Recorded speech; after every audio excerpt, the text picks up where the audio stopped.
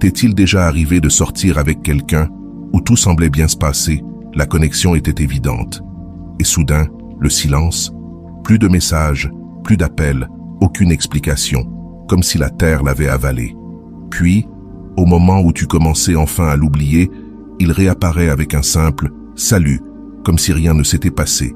C'est l'une des expériences les plus frustrantes et déroutantes du monde des relations modernes. Un jour, vous planifiez votre prochaine rencontre, riez ensemble jusqu'à tard sur WhatsApp, et le lendemain, plus rien. Comme si un trou noir digital l'avait englouti, sans prévenir, sans explication, sans même la simple courtoisie de dire « j'ai besoin de temps » ou « je ne crois pas que ça puisse marcher ». Alors tu restes là, relisant ton dernier message, te demandant si tu as dit quelque chose de travers, si tu as mal interprété les signaux, si cette connexion que tu as ressentie n'était pas seulement dans ton imagination. Tu commences à analyser chaque mot, chaque rire partagé, chaque moment intime. Était-ce réel? Ou était-ce simplement de la politesse? Les jours passent et le silence devient assourdissant. Peut-être que tu finis par lui écrire à nouveau, d'abord de manière légère pour prendre des nouvelles. Rien. Tu réessaies une deuxième fois, plus direct. Est-ce qu'il s'est passé quelque chose? J'aimerais savoir si on reste en contact. Silence radio. Alors commence le processus douloureux, mais nécessaire. Avancer. Accepter que certaines personnes disparaissent sans explication, que tout le monde n'a pas la maturité émotionnelle pour une conversation honnête. Petit à petit, tu guéris. Tu arrêtes de vérifier ton téléphone toutes les 5 minutes. Tu cesses de le traquer sur les réseaux sociaux. Tu recommences à sortir, à rire sincèrement, à te rappeler de ta valeur et de ce que tu mérites dans une relation. La blessure se referme lentement. Et quand tu as presque complètement tourné la page, quand tu n'y penses plus tous les jours, quand tu as retrouvé ta confiance et que tu es concentré sur ta vie, boum, le message tombe. Salut, comment tu vas? Comme si de rien n'était. Comme s'il ne t'avait pas laissé en suspens pendant des semaines, voire des mois. Comme s'il ne te devait aucune explication pour sa disparition soudaine. C'est déconcertant. En un instant, toutes les émotions reviennent comme une avalanche. La confusion, l'espoir mélangé à la colère, la tentation de répondre aussitôt contre l'instinct de protection que tu as développé. Pourquoi revient-il maintenant? Certains réapparaissent parce qu'ils se sont ennuyés avec d'autres options. D'autres parce qu'ils se sont sentis seuls un vendredi soir et ont repensé aux bons moments passés avec toi. Certains reviennent parce que leurs autres tentatives amoureuses ont échoué et que tu représentes l'option sûre, celle qui répondra probablement. Et puis, il y a ceux qui comprennent sincèrement qu'ils ont fait une erreur. Mais même dans ce cas, la manière dont ils reviennent en dit long sur leur caractère. Moi aussi, j'ai vécu ça. Et je veux te dire exactement comment répondre dans cette situation pour protéger ton estime de toi, garder ta dignité et poser des limites claires, sans tomber dans le piège de la disponibilité immédiate. Parce que personne ne devrait croire qu'il peut entrer et sortir de ta vie à sa convenance. Avant de continuer, si tu n'es pas encore abonné à ma chaîne YouTube, je t'invite à le faire dès maintenant. En t'abonnant, tu seras informé de toutes mes nouvelles vidéos, ce qui te permettra de ne rien manquer de contenu précieux. Rappelle-toi d'abord une vérité essentielle. Le silence aussi communique. Personne ne disparaît par accident, des jours, des semaines ou des mois. Lorsqu'une personne choisit de s'effacer sans explication, elle prend une décision consciente, celle de ne pas te prioriser. Son silence t'a déjà envoyé un message, et ce message disait « En ce moment, tu n'es pas important pour moi ». C'est une vérité dure, mais nécessaire à intégrer. Ce n'était pas un oubli, ni un téléphone perdu, ni un emploi du temps trop chargé pour envoyer un simple message de 2 secondes. C'était un choix délibéré de t'écarter de sa vie, sans te donner l'explication que tu méritais après avoir investi du temps, de l'énergie et des émotions dans cette relation. Et maintenant qu'il revient, il s'attend à ce que tu agisses comme si son absence n'avait rien signifié. Il veut que tu répondes immédiatement, que tu pardonnes sans poser de questions, que tu reprennes les choses exactement là où elles s'étaient arrêtées. Autrement dit, il veut que tu récompenses son manque de considération par ta disponibilité instantanée. Mais pourquoi devrais-tu accepter ça? Ton temps n'a pas perdu de valeur pendant son absence. Au contraire, tu as appris à vivre sans lui, à apprécier ta propre compagnie, à ne pas dépendre de ses messages pour te sentir bien. Ton temps est devenu encore plus précieux. Voilà pourquoi, quand un tel message arrive, je ne réponds jamais immédiatement. Je pose mon téléphone, je prends de la distance. Pas pour jouer la personne difficile, mais parce que j'ai besoin de réfléchir sans pression. J'ai besoin de me rappeler qui je suis, ce que je vaux et ce que je suis prêt à accepter dans ma vie. Alors oui, tu peux ressentir toute une vague d'émotions, la joie secrète parce qu'une partie de toi l'attendait, la colère parce qu'il ose revenir comme si de rien n'était, la confusion parce que tu ne sais pas s'il veut quelque chose de sérieux ou s'il est juste ennuyé. Toutes ces émotions sont normales, mais aucune d'elles ne doit dicter ta réponse immédiate. Ne réponds pas tout de suite. Ce n'est pas une urgence. S'il a pu attendre des semaines ou des mois pour t'écrire, il peut bien attendre quelques heures, voire quelques jours pour ta réponse. Ce temps n'est pas pour le punir, mais pour toi, pour que tu puisses réfléchir consciemment à ce que tu veux. Demande-toi, que veux-tu vraiment dans cette situation? Une explication? Tourner définitivement la page? Lui donner une seconde chance si son retour est sincère? Ou simplement lui montrer que son comportement était inacceptable? Il n'y a pas de bonne ou de mauvaise réponse, seulement ce qui est juste pour toi. Et quand tu choisiras de répondre, fais-le avec calme, pas dans la colère, pas dans la précipitation, pas dans la peur de perdre quelque chose, mais depuis un endroit clair, centré, où tu sais qui tu es et ce que tu mérites. Parce que ta réponse initiale donnera le ton pour toute la suite.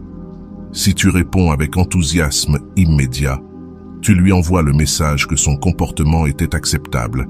Si tu réponds avec colère incontrôlable, tu lui donnes trop de pouvoir sur tes émotions. Mais si tu réponds avec calme et assurance, tu lui montres que tu connais ta valeur et que tu refuses tout traitement irrespectueux. Ce calme n'est pas de la froideur, c'est du contrôle. C'est la preuve que tu ne réagis plus impulsivement, mais que tu choisis consciemment comment tu veux être traité. Et ça, c'est ta plus grande force. Communiquer depuis un lieu de force personnelle, voilà ce qui fait toute la différence.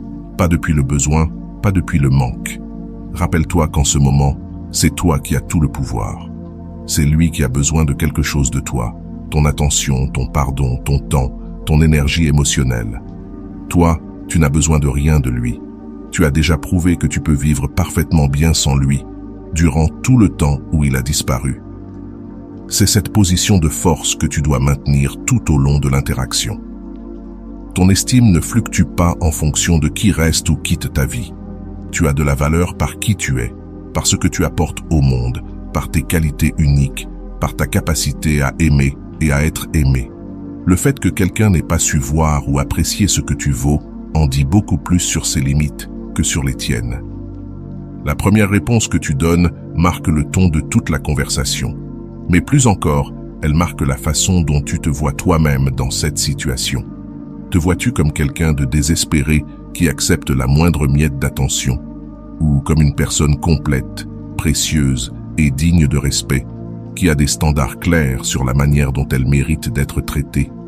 Quand cette personne réapparaît après des semaines, parfois des mois de silence total, il y a un élan presque irrépressible, celui de le bombarder de questions. Le cerveau humain déteste les vides d'informations, surtout quand ils nous touchent émotionnellement.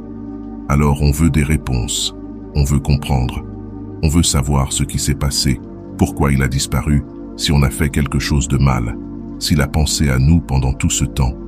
Et beaucoup commettent l'erreur d'écrire un roman. Pourquoi as-tu disparu sans rien dire?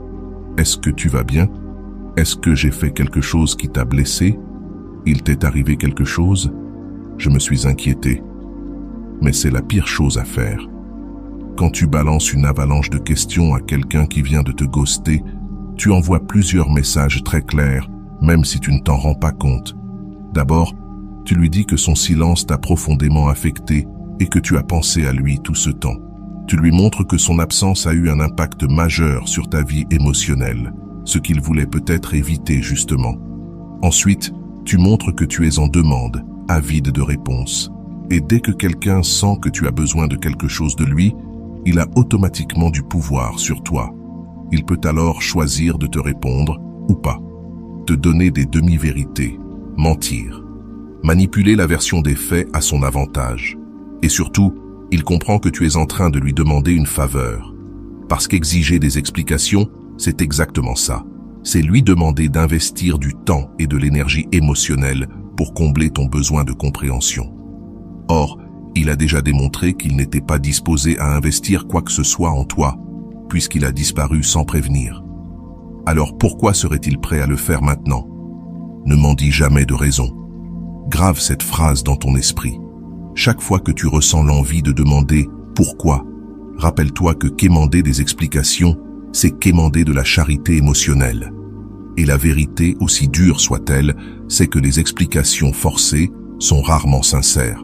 Si quelqu'un voulait vraiment t'expliquer, il l'aurait fait avant, ou au moment où il revient. Sinon, les justifications qu'il te balance sous pression ne sont que des excuses improvisées, des demi-vérités, ou des mensonges déguisés pour calmer ta soif de réponse. Et toi, combien de fois as-tu demandé une explication et en es-tu ressorti complètement satisfait? Probablement très rarement, parce que les explications arrachées de force ne viennent pas d'un désir authentique de clarifier, mais d'un inconfort, celui de devoir dire quelque chose, n'importe quoi, pour que tu arrêtes de poser des questions. Si une personne a de l'intégrité, si elle regrette sincèrement d'avoir disparu, elle viendra d'elle-même avec des excuses et une explication. Elle dira quelque chose comme « Je sais que j'ai disparu sans prévenir, et c'était mal. J'ai traversé une situation difficile, et je n'ai pas su gérer. J'aurais dû te le dire, je suis désolé. » Voilà une excuse réelle qui vient d'un vrai désir de réparer. Mais si tu dois l'arracher, c'est déjà un signe clair.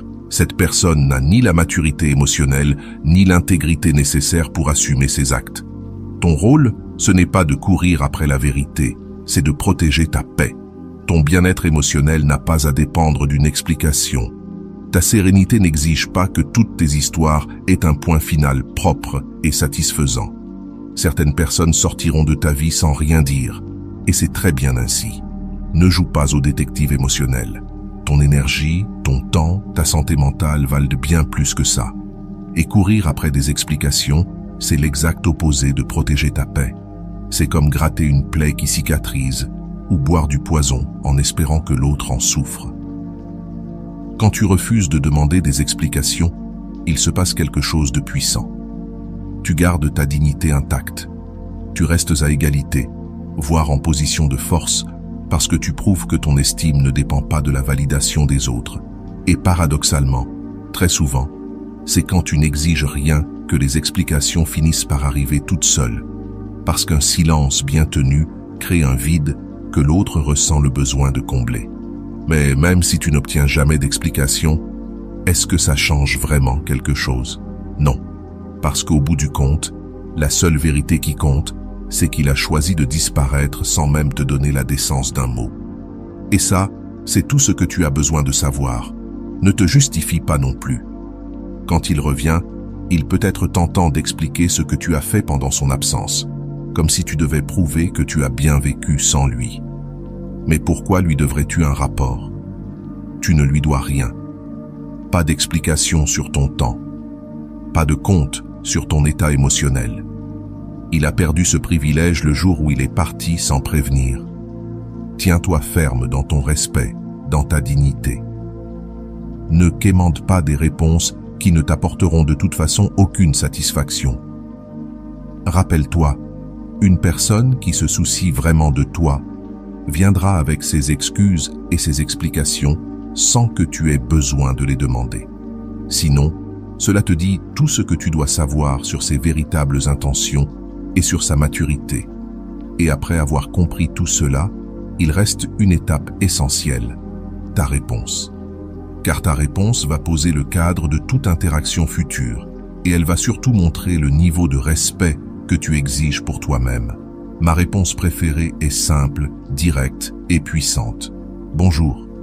Ton message m'a surprise après tout ce silence. Tout va bien.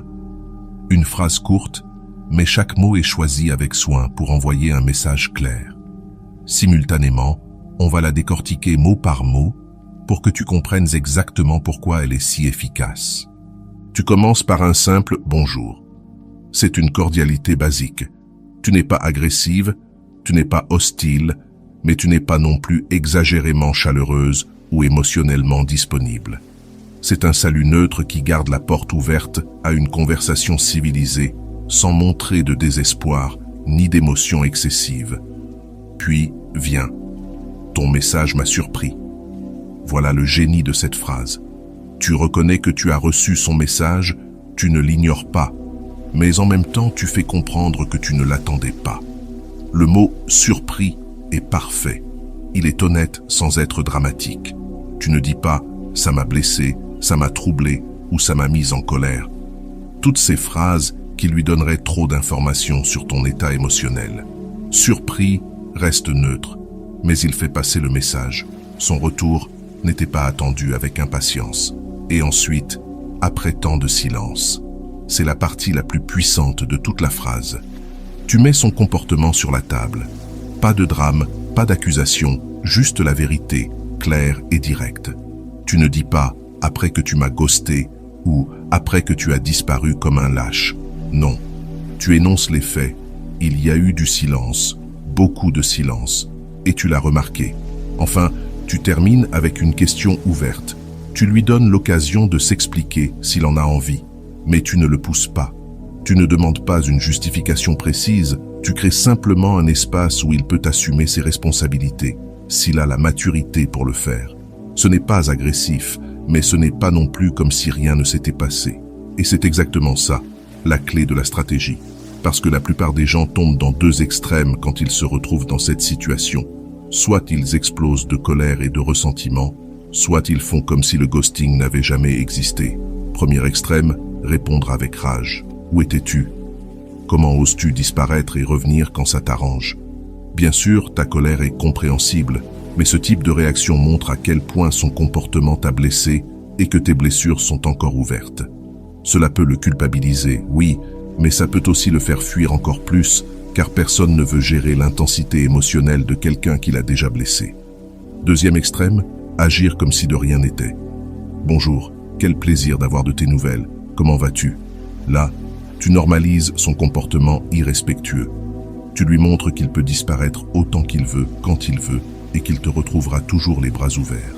Tu installes un précédent dangereux qui se répétera encore et encore. La réponse que je viens de t'expliquer, elle, met en lumière sa disparition, mais sans drame. Tu lui fais comprendre que tu as remarqué et que tu ne l'acceptes pas comme une normalité. Et c'est crucial. Reconnaître un comportement problématique ne doit pas être dramatique ni conflictuel, mais ça doit être clair. Quand tu dis « après tant de silence », tu fais trois choses. Premièrement, tu montres que tu es attentive. Tu n'es pas dans une bulle émotionnelle où tu ignores les actions des autres. Tu remarques quand quelqu'un change son comportement envers toi. Deuxièmement, tu montres que tu as de la mémoire. Tu n'es pas de celle qui efface le passé pour que l'autre se sente bien. Son comportement fait partie de la réalité de votre relation et tu ne vas pas l'effacer juste pour éviter un malaise. Troisièmement, tu montres que tu as des standards. Tu indiques clairement, même de façon subtile, que ce type de comportement n'est pas acceptable pour toi. Tu ne cries pas tes standards, mais tu les rends visibles. C'est là que réside toute la différence. Parler depuis la maturité, pas depuis le besoin.